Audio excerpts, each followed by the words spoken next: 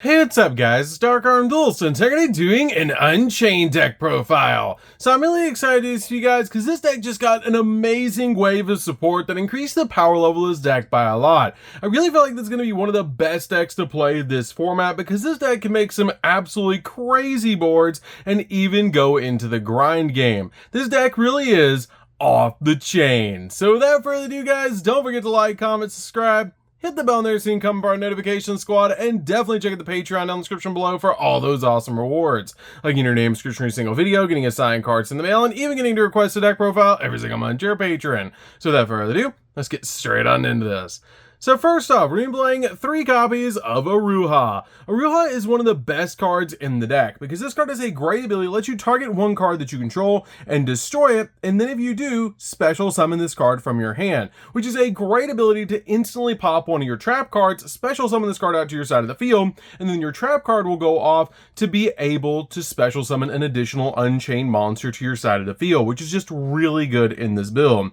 This card also floats into other Unchained monsters when it's destroyed by battle or by card effect, which is a great effect for this card to have.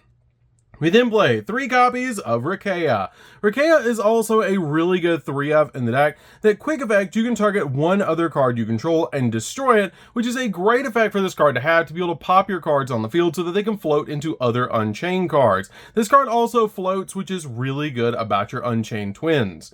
We then play 2 copies of Unchained Twins Sorama. This card is a really good 2-of in the deck because it lets you target an Unchained card in your graveyard, extend the copy of this card and set it to your side of the field, then destroy a card that you control, which is a great ability for this card to have to be able to just pop something on the field while also resetting one of your traps is just absolutely amazing. We then play 2 copies of Abominable Unchained Soul. This card is crazy powerful and wins games on its own. It has the ability you can only special summon this card once per turn, but if a card you control is destroyed by battle or by card effect, you just special summon this card from your hand for free. And if this card is special summoned, you discard a card and then destroy a card on the field, which is a great ability to be able to use. Also, once per turn during the end phase, if this card is in the graveyard because it was destroyed on the field and sent to the graveyard this turn, you can special summon this card but place it on the bottom of the deck when it leaves the field, which is a crazy powerful effect that this card just keeps coming back over and over again, which is so cool about this card. Also, it comes out at 3,000 attack points, which is absolutely insane. We then play 3 copies of the new Red Dog. This card is crazy powerful. This card is a definite 3-of in the build. This card has a really amazing ability that during the main phase, if this card is in your hand, quick effect, you can target a fiend monster or a face down card that you control and destroy it. And if you do, special summon this card. But while this card is face up on the monster zone, you cannot special summon monsters except fiends, which is not that big of a deal because it's usually all we're summoning anyways. Plus, it's very easy to get this card off the field by linking it away. It also has the ability, if this card is sent to the graveyard, you can set an Unchained spell or trap card directly from your deck to your side of the field, which is amazing to be able to get your trap cards off this card's ability. This card is a definite 3-of in the build. We then play a single copy of Blue Dog. This card is great in the deck as a 1-of. It is a little bit of a brick that you don't want to see in your hand, but it's amazing when it's on your side of the field or in the graveyard because it has the ability to let you target one card that you control and destroy it. Then you can destroy a spell or trap on the field, and it doesn't target the card that it destroys, but that's a spell or trap, which is a really cool ability about this card. And if this card is in your graveyard, you can actually target a fiend or a face down card that you control and destroy it. And if you do, special summon this card but place it on the bottom of the deck when it leaves the field, just like your copy of Abominable Unchained Soul, which is a great ability about this card to bring this card back from the graveyard, especially since both of these are level 6, which is super cool to make some really cool rank 6 plays. We then play a single copy of Unchained Soul of Disaster, the other Blue Dog. This card is great because it helps you link summon using your opponent's cards and this card, which is really amazing about this card. It also gets really big in the late game because it gains 300 attack for each Unchained card in your graveyard, which can be a lot when you start going in for your combo, which is really cool about this card. We then play 2 copies of the Multi-Dimensional Kaiju. This card is crazy powerful as a 2 of in the build because it is a fiend monster, so you can always summon it to your opponent's side of the field, which is just really cool, even if you get fiend locked, which is really easy to be able to do in this build. But this card is great to be able to get over your opponent's monsters while also giving you basically a free target to be able to link away, because you know you can link away your copy of your fiend Kaiju into some really powerful cards, especially your copy of Yama, because it does require 2 fiend monsters. If you guys are not playing these in the main, I highly recommend playing 2 copies of this in your Unchained deck. We then play 3 copies of Ash Blossom. Ash Blossom is amazing in this deck as a 3-out, just to stop your opponent from touching the deck. It's one of the most powerful hand traps in the game. We then play 3 copies of Droll and Lockbird. Droll and Lockbird is really good at stopping your opponent from searching the deck for the rest of the turn, making this card a definite 3-of in the build. This card is extremely powerful right now. So that's it for the monsters, guys. Let's get into the spells.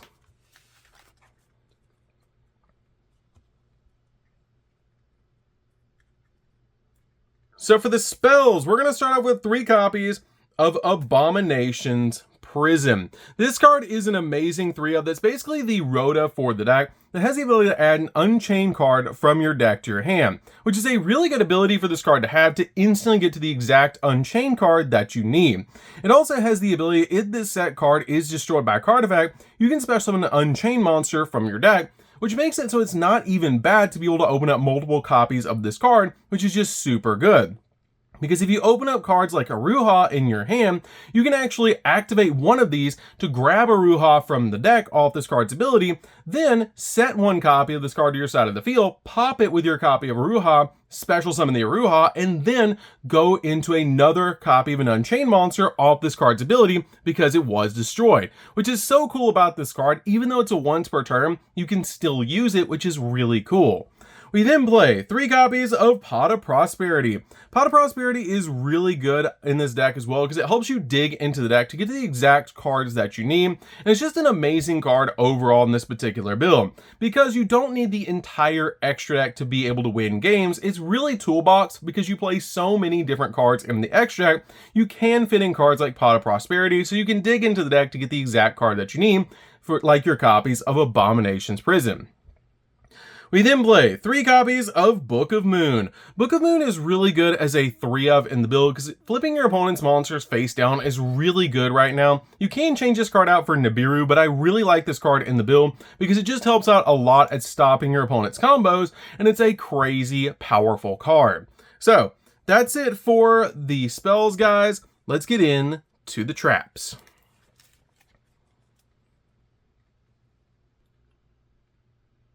So for the traps, guys, we're going to be playing 3 copies of Abominable Chamber of the Unchained.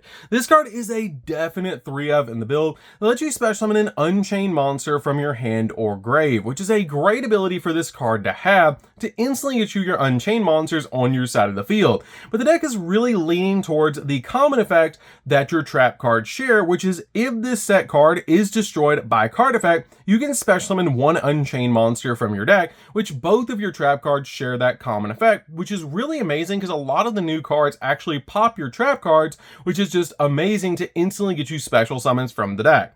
We then play 3 copies of Escape of the Unchained. This card is a crazy powerful 3 on the deck that lets you target an Unchained monster that you control and a card on the field and destroy them both, which is a great ability because this card is basically a trap version of Scrap Dragon, which really helps out in the deck a lot. And also if this card is set to your side of the field and it does get destroyed, you get to special summon out an Unchained monster from your deck, which is a really cool ability.